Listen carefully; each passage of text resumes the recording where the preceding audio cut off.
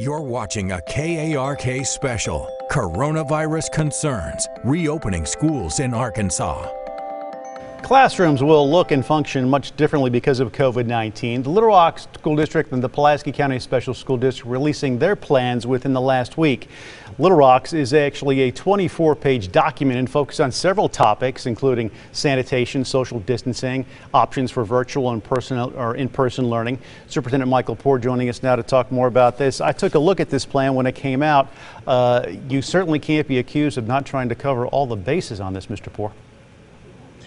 Well, we hope that it's a reflection of us listening to our community through surveys and then stakeholder and focus groups that really led us to this comprehensive plan. And we don't have it down perfect by any means. We know that it will evolve, and we're asking our community right now to give us feedback. But we did try to cover every area, and really, if you start to click onto the links and everything, you're going to end up reading maybe 500 pages. I mean, this is a really in-depth report that helps set the stage for us to return to school. Have you been getting any feedback from staff or teachers or parents at this point? We absolutely have. There's first the concern, and I know that this will be brought up with Ms. Fleming and Ms. Gordon about safety of staff and students, and that's always first and foremost on all of our minds. Second thing that is why did we choose the two delivery methods that we did, which was either a traditional school setting or a virtual setting, and why did we not look at any other options? So those are the two main things that I think have emerged from our community up to this point. Dr. McNulty, your plan, you guys in Pulaski County, Little Rock is in Pulaski County, you guys certainly operate on a similar plane. Is your plan similar? Yes, sir. The reality is I think all districts on March 12th, when everything changed for us, started planning for next year. And we recognized that we were caught flat-footed, that the AMI approach that we had for when those wonderful snow days come or when we may have some inclement weather was not effective for long-term instruction. And we did have some good instruction, but we immediately looked at how can we develop an effective learning management system where I can teach my students who are in front of me or who are at home and get the same level and quality of instruction. So we've come up with three approaches. One is an all-digital approach, where unlike me, there are when I was in high school age, there are young people who are self-motivated, and we can use teachers to guide them through the core curriculum. And they would not set up on campus, but they would be able to participate in after-school activities. The second approach is called a blended approach, an A-B schedule. Students would come Monday, Tuesday as an A student. We would have Wednesday as a half day to clean, and then Thursday, Friday would be a B schedule. And the final schedule is what we consider face-to-face or traditional. We have accessed our families through multiple surveys.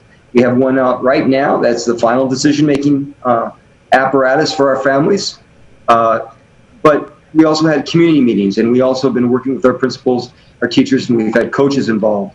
And let me say that as we move forward to the start of the school year, we're going to be continuing engaging our professional staff and our families and continue to refine the plan.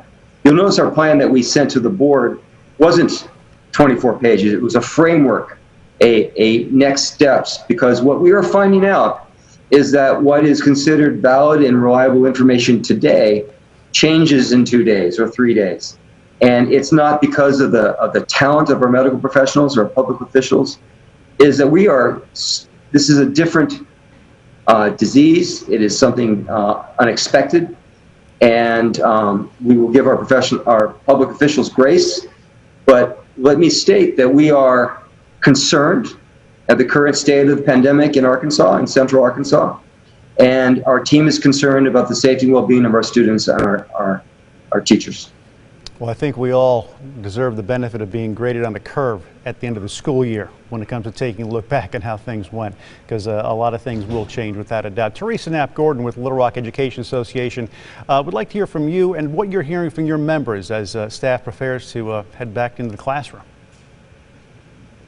What I'm hearing from our members is that they're frightened, they're worried, and they're upset that they're being placed in the position of having to make a choice between what they feel is their life and their livelihood. I have teachers calling me in tears, afraid that they're going to have to resign for their safety.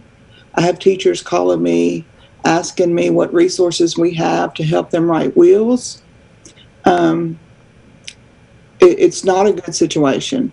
And, you know, our stance on this is that it's either going to be 100% safe or we're not going to be there, because we are not going to be complicit. We're not going to be put in a situation where we are complicit in risking students' lives or educator lives.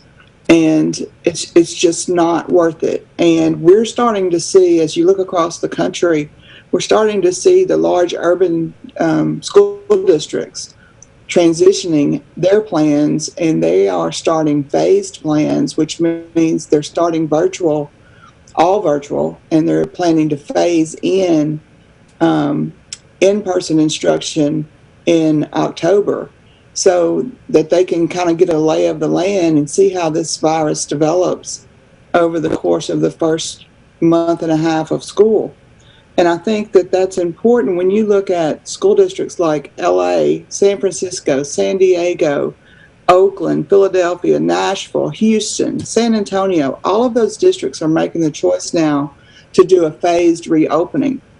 And that's something I'm not hearing in Arkansas, even though we know that our cases are increasing exponentially every single day. And I think that we have to be, as the professionals, we have to be the ones who make responsible decisions for our children and for our employees. And I don't think anything less than 100% safe is acceptable. When we get the opportunity to come back, we're going to take a quick break, but I would like to get one of the superintendents to respond and perhaps offer some thoughts on her concerns. Coming up, we're going to talk about rural broadband as well. The digital divide is out there. Got to deal with it. You're watching a special presentation, Coronavirus Concerns.